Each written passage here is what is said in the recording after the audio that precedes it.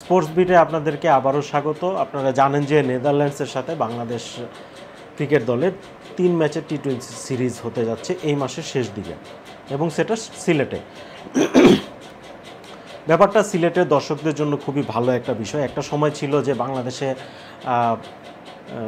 ঢাকা, চিটাং এর বাইরে আসলে সিরিজ হতো না। এখন সিলেট একটা মূল ভেন্যু হয়ে দাঁড়িয়েছে, সব সময় খেলা হয়, খুব ভালো বিষয়।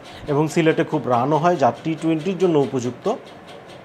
লিটন দাস, শামীম পাটোয়ারি, অথবা উপর দিকে যদি বলি ইমন, তামিম, জাকের আলী, ওদের জন্য খুব ভালো একটা অবস্থা। 200 রানের উইকেটে খেলা হবে, অনেক বড় শটস খেলতে পারবেন, ভালো প্রস্তুতি হয়ে যাবে এশিয়া কাপের আগে। খুব ভালো একটা বিষয়। কিন্তু এই প্রশ্নটা কি আপনাদের মনে এসেছিল কিনা, বা আমাদের মনে এসেছিল কিনা, যে নেদারল্যান্ডসকে কেন আনা হচ্ছে? মানে টি-20 উপযোগী দল তো আরও অনেক ছিল, এশিয়ার মধ্যেও বেশ কয়েকটা দল ছিল। পাকিস্তানের সাথে খেলা হয়েছে, এটা একটা ভালো বিষয়। পাকিস্তান এশিয়া কাপের একটা প্রতিদ্বন্দ্বী, এবং ভারতের সাথে খেলা হবে না, এটা স্বাভাবিক বিষয়। ভারতের সাথে খেলা চারটিখানি কথা না, যখন তখন চাইলেই প্রস্তাব দিলাম আর জিম্বাবুয়ের মতো চলে আসলো এরকম। আগে যেমন আমরা প্রশ্ন তুলতাম জিম্বাবুয়ে কেন, সেই রকম নেদারল্যান্ডস কেন।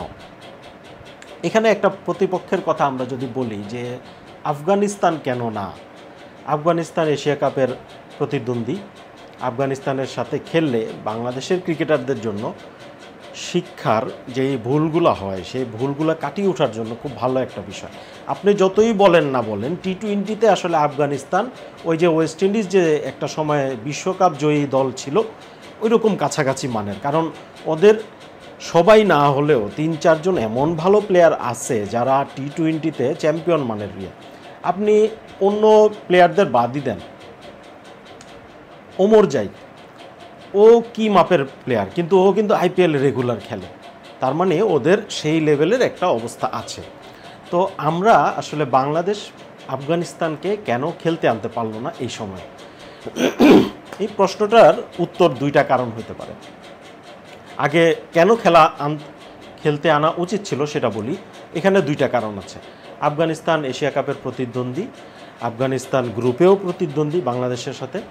তাদের সাথে খেলতে পারলে আগে থেকেই একটা হোমওয়ার্কের মতো করা হয়ে যেত, যা ওদের সাথে আমরা এইভাবে খেলবো, ব্যাটিংয়ে বা বলিংয়ে। সেকেন্ড হলো, আফগানিস্তানের সাথে খেলা থাকলে বাংলাদেশি প্লেয়ারদের, ব্যাটসম্যান কিংবা বোলার, ওদেরও একটা ভালো একটা হোমওয়ার্ক কাজটা হয়ে যেত, যে নিজেদের নিয়ে কাজ করার যে বিষয় থাকে সেটা হয়ে যেত। কারণ ওদের ভালো মানের বোলার আছে। রশিদ খান নাইলে বাদ দিয়ে দিলাম, সে চ্যাম্পিয়ন বোলার, সে আলাদা একটা থাকলো। নূর আহমেদ আছে, ফারুকি আছে, ও প্লাস ওদের ব্যাটসম্যানরাও কিন্তু যথেষ্ট ভালো। ইব্রাহিম জাদরান, এবং ওপর দিকে যদি বলি ওপেনার, ওর কথা বলি, কলকাতায় খেলছে, নামটা ঠিক মনে নেই, ওদের কথা যদি বলি, ওকে যথেষ্ট ভালো। এখন এই দুইটা কারণ ছিল। এখন যদি যে দুইটা কারণ ধরি যে কেন তারা আসে নাই, আফগানিস্তান যদি আসতো, বাংলাদেশের জন্য এশিয়া কাপের প্রস্তুতি এবং সিরিজের যে একটা উত্তেজনা থাকে সেটা খুব ভালোভাবে হতো। কিন্তু কেন আসে নাই, তার মধ্যে দুইটা কারণ। প্রথমটা হলো, আফগানিস্তান কিন্তু এখন আর বাংলাদেশের সাথে বন্ধুপ্রতিম বোর্ডের মতো অবস্থায় নাই। আফগানিস্তান চলে গেছে ভারতের সাথে। কীরকম? ভারত এসিসির যে বার্ষিক নির্বাচন, আমি দুঃখিত, বার্ষিক এজিএম হওয়ার কথা ছিল ঢাকায়। ভারত আসে নাই, আফগানিস্তানকে বলছে, আফগানিস্তান রাজি হয়ে গেছে, আসবে না। প্লাস ভারতের মাটিতে তারা হোম সিরিজ খেলছে আগে, সেই কারণে তাদের সাথে ভারতের সাথে একটা বন্ডিং চলে আসছে। এখন ভারত যদি না চায়, আফগানিস্তান খেলতে আসবে না বাংলাদেশে। ঠিক সেই জিনিসটাই হয়েছে। যেমন ধরেন ভারত আগস্টে বাংলাদেশের সিরিজটা বর্জন করলো, তো সেই জায়গায় আফগানিস্তান কিভাবে আসে? ধরে নিলাম যে সেই কারণেই আফগানিস্তানকে বিসিবি প্রস্তাবটাও দিতে পারে নাই, যেটা আগে একটা সময় 2013, 14, 11, 12 সময় কিন্তু আফগানিস্তান রেগুলার বাংলাদেশে খেলে গেছে। এখন সেই রেগুলারিটিটা নাই, কারণ ভারতের সাথে খুব ভালো বন্ডিং তাদের হয়ে গেছে।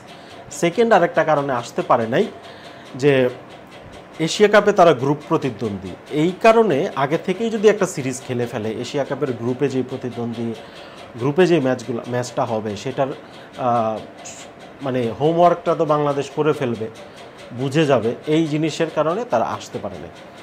তবে প্রশ্নটা এটাই ছিল যে আসলে আফগানিস্তান কেন নয়, নেদারল্যান্ডস কেন? এই দুটা কারণে আসলে আফগানিস্তানকে আনা সম্ভব হয় নাই। কিন্তু নেদারল্যান্ডস আসলে অতটা যে খারাপ দল তাও না। 2023 বিশ্বকাপে কিন্তু নেদারল্যান্ডসের সাথে বাংলাদেশ কলকাতায় হেরে গিয়েছিল। সেই হারটা মারাত্মক পরিমাণ এফেক্ট করে বাংলাদেশের ওই বিশ্বকাপের। অন্যান্য অনেক ঝামেলা তো ছিলই। তা যদিও 2024 টি-20 ওয়ার্ল্ড কাপে নেদারল্যান্ডসের সাথে খুব ভালোভাবেই জেতা হয়েছিল।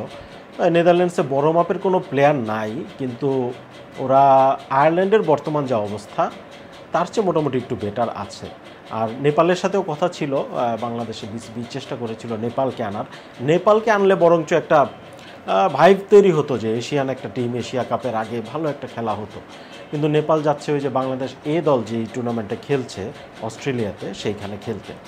তো এই কারণেই আর কি আফগানিস্তানকে বলা হয় না। আফগানিস্তানকে যদি আনা যেত, ইউএইকে আনা যেতে পারতো। ইউএইর সাথে সবশেষ সিরিজটা হেরে গিয়েছিল বাংলাদেশ, সেটার একটা প্রতিশোধ বলবো না, একটা ব্যাকফায়ার দেওয়া যেত আর কি ওদেরকে। তো সেই জায়গা থেকে নেদারল্যান্ডস একটু কম শক্তিশালী প্রতিদ্বন্দ্বী হয়ে যায়। তারপরও ক্রিকেট তো ক্রিকেটই, মাঠের ক্রিকেট খেলেই জিততে হয়। বাংলাদেশের লিটন দাসদেরকেও খেলেই জিততে হবে। আর শুধু ওই জায়গাটা যদি বলি যে কেন নেদারল্যান্ডস, কেন আফগানিস্তান নয়, সেইখানে আফগানিস্তানের সাথে বন্ধুত্বপূর্ণ সম্পর্কটা এখন আগের মতো নাই বিসিবির। এই কারণে অনেকটা পিছিয়ে গেছে, অনেকটা দূরসম্পর্কের হয়ে গেছে যা অবস্থা। আফগানিস্তান এখন ভারত প্রেমী হয়ে গেছে, তাই আফগানিস্তান বাংলাদেশে হয়তো ডাকলেও সাড়া দিত না। এই ছোট একটা আলোচনা আপনাদের সাথে করা হলো। ধন্যবাদ সবাইকে দেখার জন্য, এবং আশা করি স্পোর্টস বিটের সাথে আপনারা থাকবেন, সবসময় আমাদেরকে সাপোর্ট করবেন। ধন্যবাদ।